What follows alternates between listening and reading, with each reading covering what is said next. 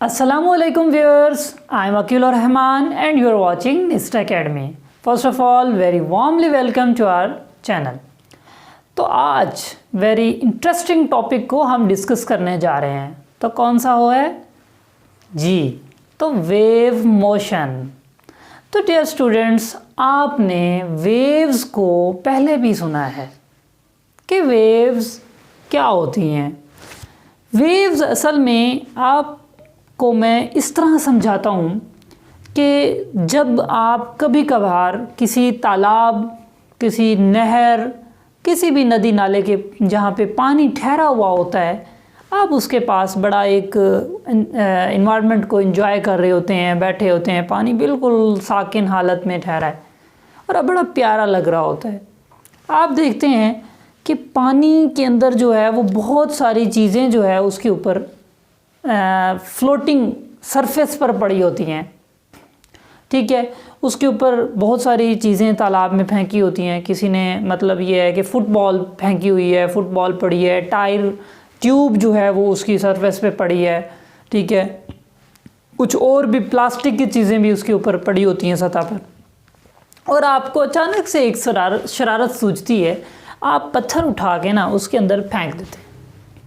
जैसे आप पत्थर फेंकते हैं, क्या होता है कि आपको ना बड़ी एक हलचल सी नज़र आती है पानी की सतह के ऊपर। और वो हलचल कैसी हलचल होती है?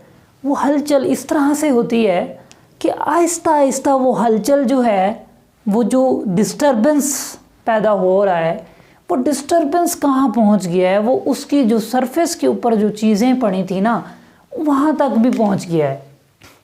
और फिर आपको क्या दिखाई देता है? आपको ये दिखाई देता है कि वो जो उसके ऊपर सतह पर पड़ी हुई चीज़ें होती हैं ना, वो क्या करना शुरू कर देती हैं, वो एक तरह से डांसिंग मोड में आ जाती हैं। मतलब वो अप एंड डाउन उछल कूद शुरू कर देती हैं। तो ये कितना इंटरेस्टिंग होता है। तो असल में जो आपने देखा कि आपने जब पत्थर फेंका पानी के अंदर, और पानी की सतह के ऊपर एक क्या पैदा हो गया है, एक बिगाड़ पैदा हो गया है, एक डिस्टर्बेंस पैदा हो गई है, जो उस पत्थर फेंकने वाली जगह से आउटवर्ड की तरफ जा रहा है। और उस बिगाड़ की वजह से क्या हुआ कि पानी की सतह का पर पड़ी हुई हर चीज़ भी क्या हो गई, मूव करना शुरू हो गई। तो आइए आज हम इस चीज़ को समझते हैं कि असल में वो जो बिगाड़ पैदा हुआ है, उस बिगाड़ को ही क्या कहते हैं, वेव्स कहते हैं। अब वो जो मीडियम में पैदा हुआ है, और वो जो वेव्स हैं, वो वेव्स किस तरह, मतलब आया कि क्या बात होती है कि वो वेव्स पैदा होती हैं। और दूसरी बात ये है कि वो वेव्स जो पैदा होती हैं, उन वेव्स की वजह से वो जो वो ऊपर जो सरफेस पर पड़ी हुई चीज़ें हैं, वो अप एंड डाउन क्यों मूव करते हैं, और उसके अलावा वेव्स बाहर की तरफ क्यों जाती हैं, और उसके अलावा जो उस सरफेस के ऊपर पड़ी हुई चीज़ें जब हरकत करती हैं, वो डांसिंग जो मोड में होती हैं, वो उनके पास एनर्जी कहाँ से आती है। ये सारी बातें जो हैं वो हम डिस्कस करते हैं। इन सारे सवालात के जवाबात मैं इस लेक्चर में दूंगा। लेकिन मैं आपको ये बता दूं कि जो हमारे चैनल पर नए हैं, तो वो हमारे चैनल को सब्सक्राइब कर लें, ताकि उनको इन सारे सवालात के जवाबात आज भी मिल सकें और नेक्स्ट भी आने वाली वीडियोस में नई नई बड़ी यानी कि इम्पॉर्टेंट और दिलचस्प जो है वो बातें उनको मिल सकें, उन तक पहुंच सकें और उनके कॉन्सेप्ट्स क्लियर हो सकें। तो देखते हैं हमारे पास जो है, अब वेव मोशन को मैं उसकी डेफिनेशन करने से पहले मैं आपको एक दो बड़ी मज़े की एक्टिविटीज़ हैं वो आपको समझाता हूँ। हम सबसे पहले हम ना एक टब ले लेते हैं, which is fill of water. यानी मैंने एक टब लिया है, ठीक है, ये एक वाटर टब है, ठीक है, वाटर टब, ठीक है। अब ये वाटर टब जो है ये पानी से भरा हुआ है। अब इसके अंदर मैंने क्या किया है, एक पेंसिल ली है और इस पेंसिल को मैंने वर्टिकली इसके अंदर डिप कर दिया है, एक साइड पर, एक कॉर्नर पर। जब मैंने इस पेंसिल को डिप किया एक साइड पर, ठीक है, और दूसरी साइड पे मैंने कॉर्क रख दिया, यानी ये जो मैंने रखा हुआ है ये एक कॉर्क है, ठीक है, पीस ऑफ कॉर्क। अब मैंने इस पेंसिल को क्या किया, जब मैंने डिप किया तो इस पेंसिल को, ये जो मीन पोजीशन है, इस पेंसिल को मैंने अप एंड डाउन मूव किया।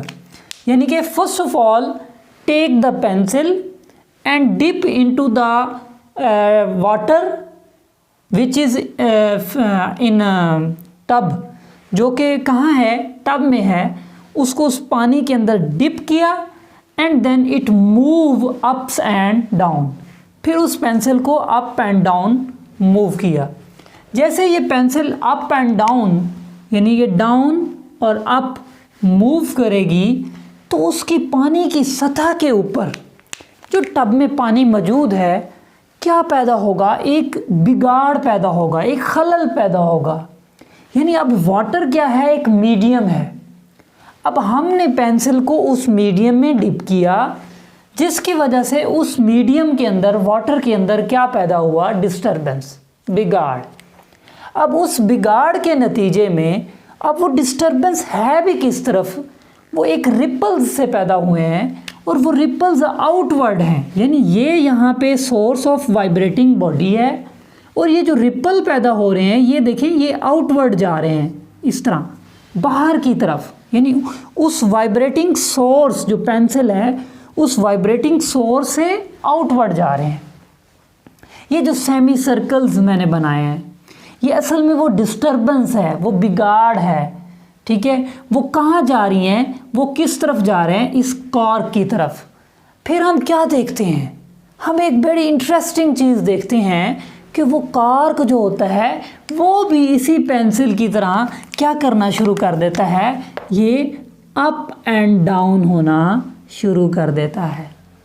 अब इसमें हमें क्या समझ में आया कि जब हमने पेंसिल को अप एंड डाउन किया तो इसके अंदर पैदा हुआ डिस्टरबेंस, और उसी डिस्टरबेंस ने इसको मूव कराने पर मजबूर कर दिया।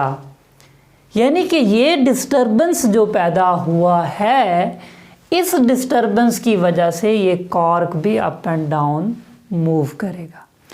इससे क्या जाहिर होता है, इससे ये जाहिर होता है कि हमारी जो पेंसिल की मूवमेंट की वजह से इस मीडियम के अंदर डिस्टरबेंस पैदा हुआ, और उस डिस्टरबेंस की वजह से ये cork up and down move कर रहा है। अब असल में ये जो डिस्टरबेंस है, इसको कहते हैं हम वेव, और यही वेव ही हैं जो मीडियम के पार्टिकल्स को मूव कराने पर, परपेंडिकुलर, यानी उसको वाइब्रेट कराने पर क्या करते हैं, मजबूर करती हैं। तो इससे ये हमें पता चला कि जो वेव्स हैं वो क्या हैं, वो असल में एक डिस्टरबेंस है किसी भी मीडियम के अंदर, जिसकी वजह से वो पार्टिकल्स जो होते हैं मीडियम के, वो वाइब्रेट करते हैं, ठीक है। अब मैं इसकी डेफिनेशन जो है वो लिखता हूँ कि वेव मोशन क्या है। एक्चुअली वेव जो है इज़ आ डिस्टरबेंस, ये एक डिस्टरबेंस है इन आ मीडियम, ठीक है, किसी भी मीडियम में, विच जो क्या करता है, causes the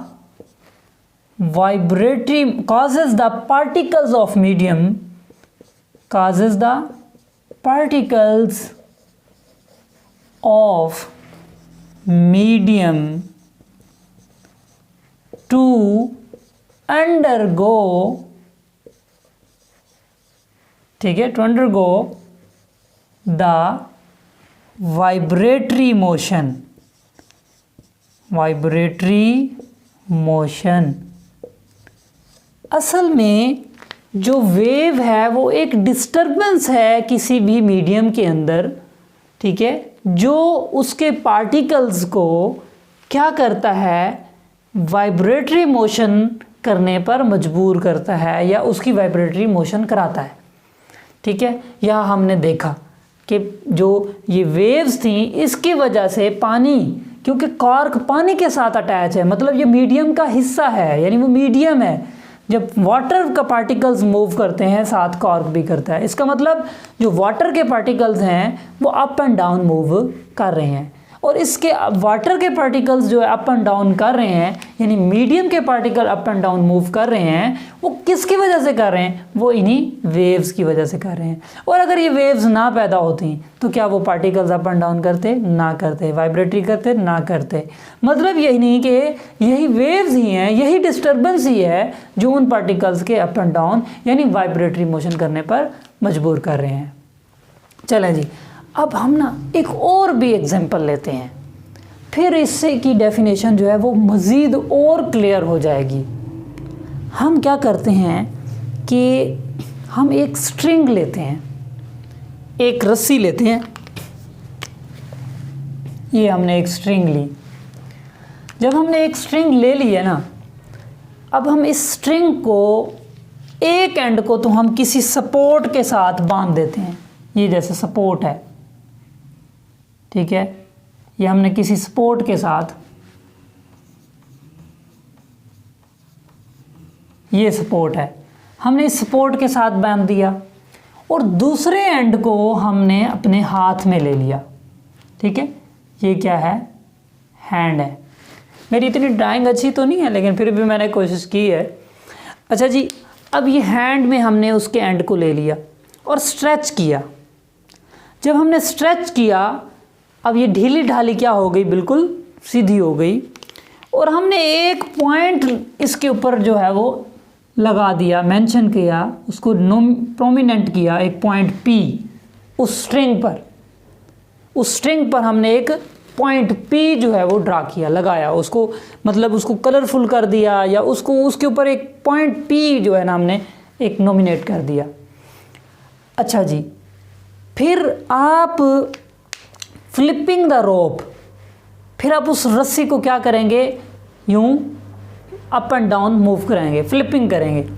जैसे ही फ्लिपिंग करेंगे आपको स्ट्रिंग पर क्या नज़र आएगी, एक खलल यानी एक डिस्टर्बेंस नज़र आएगा। कैसे नज़र आएगा कि वो P पॉइंट जो होगा, पहले ये देखें यहाँ है, ये P पॉइंट आपको अब उसकी जो पोजीशन होगी मीन वाली, उससे अप नज़र आएगा, P पॉइंट ऐसे ऊपर नज़र आएगा, ठीक है। अब ये पॉइंट यानी कि यहाँ पे नज़र आया है P।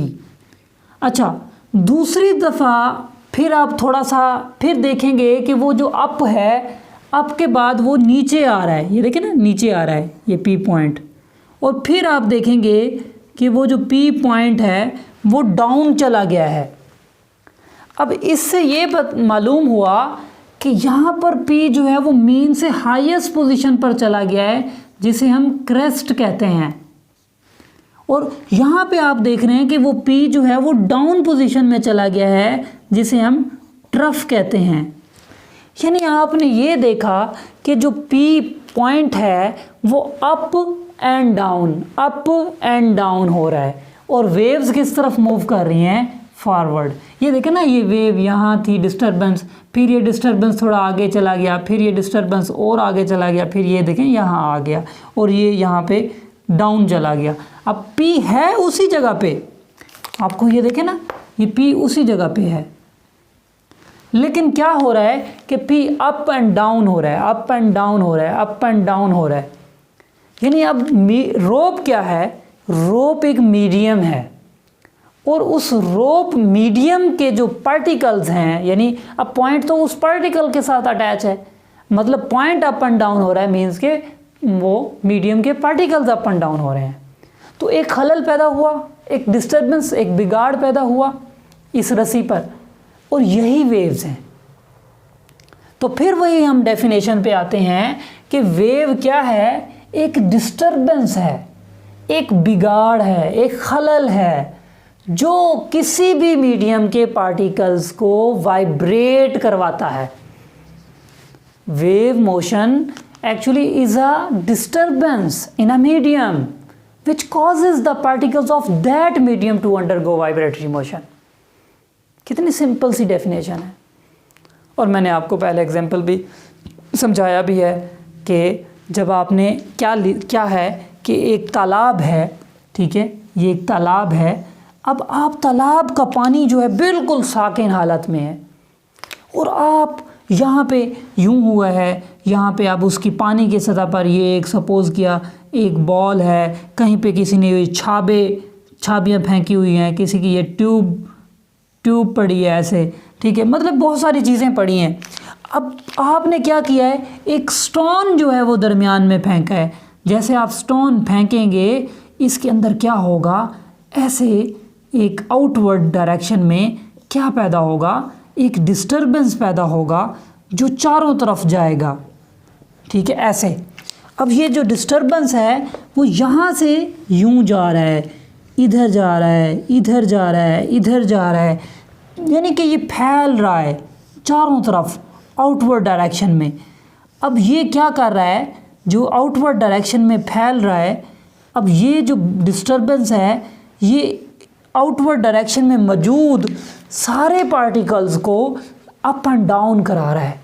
यानी अब यही जो डिस्टरबेंस है, जो खलल है, जो उसके सेंटर से, उसके वाइब्रेटिंग सोर्स से बाहर की तरफ फैल गया चारों तरफ, वो एक्चुअली क्या है, वो खलल जो है, वो बिगाड़ जो है, वो वेव्स है।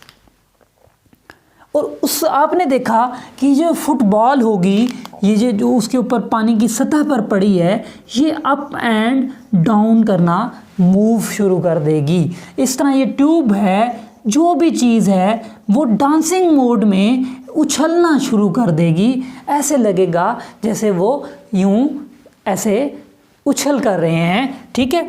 तो आपको ये समझ आ गया होगा कि किस तरह वेव्स जो है वो किसी भी मीडियम की सरफेस पर पैदा होती हैं और उन्हीं वेव्स की वजह से जो मीडियम के पार्टिकल्स होते हैं वो अप एंड डाउन या फॉरवर्ड बैकवर्ड यानी कि वाइब्रेट करेंगे। और वाइब्रेट करना मतलब अपनी मेन पोजीशन से अप एंड डाउन या forward backward to and fro move कराना। अब यहाँ नोट किया है, यहाँ पे भी मूवमेंट टू एंड फ्रो हो रही है, अबाउट मीन पोजीशन हो रही है। यहाँ पे भी आपने मीडियम के पार्टिकल्स देखे कि टू एंड फ्रो है, अप एंड डाउन है, यानी कि वाइब्रेटरी मोशन है, अबाउट मीन पोजीशन है। यहाँ पे भी आपने देखा अबाउट मीन पोजीशन है। तो इससे ये साबित हुआ कि हमने जितनी भी एग्जांपल्स देखी हैं, सारी एग्जांपल्स के अंदर जो मीडियम के पार्टिकल्स हैं वो वाइब्रेट कर रहे हैं और इनकी वाइब्रेशन का कॉज क्या है, वो डिस्टरबेंस है। और उस डिस्टरबेंस को हम क्या कहते हैं, वेव्स कहते हैं। तो यहाँ तक आपको बेटा समझ आ गई होगी। अब हम देखते हैं कि वेव्स की जो टाइप्स हैं वो कितनी हैं। अब वेव्स की बेटा दो टाइप्स होती हैं, एक है मैकेनिकल वेव्स और एक है इलेक्ट्रोमैग्नेटिक वेव्स। मैकेनिकल वेव्स वो होती हैं जो मीडियम रिक्वायर करती हैं for their propagation, for their travelling, यानी उनको ट्रैवल करने के लिए क्या चाहिए होता है, कोई ना कोई मीडियम चाहिए होता है। अब जितनी भी मैंने यहाँ पे एग्जांपल्स दी हैं ये सारी मीडियम रिक्वायर कर रही हैं, वाटर रिक्वायर कर रही हैं। वाटर है ना एक मीडियम, यहाँ पे वाटर है, यहाँ पे रोप है मीडियम, यहाँ पे वाटर है मीडियम।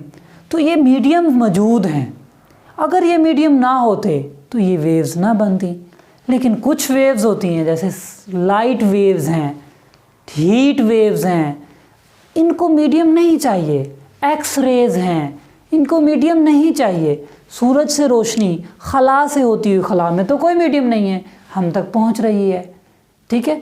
तो ऐसी वेव्स जिनको मीडियम रिक्वायर होता है वो क्या होती हैं, मैकेनिकल वेव्स, और ऐसी वेव्स जिनको मीडियम रिक्वायर नहीं होता वो क्या होती हैं, इलेक्ट्रोमैग्नेटिक वेव्स।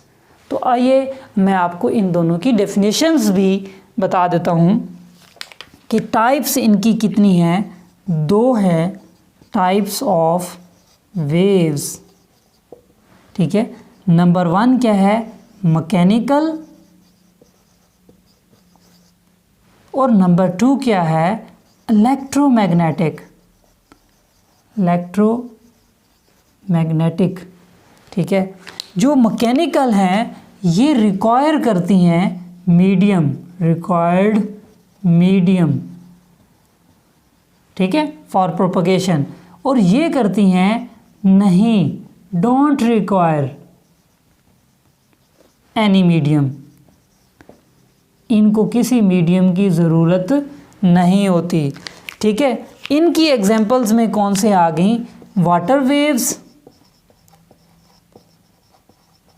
ठीक है, वेव्स ऑन स्ट्रिंग, और इनकी कौन सी आ गई, लाइट वेव्स और हीट वेव्स और एक्स रेज। यानी ये वो वेव्स हैं इनको मीडियम कोई रिक्वायर नहीं होता, ये वो वेव हैं जिनको मीडियम रिक्वायर होता है।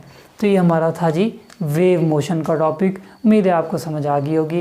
फिर भी अगर कोई क्वेश्चन है, कोई कन्फ्यूजन है, तो कमेंट बॉक्स में कमेंट करके हमसे क्वेश्चन कर सकते हैं। हम आपके क्वेश्चंस का आंसर्स ज़रूर देंगे। अल्लाह हाफिज़।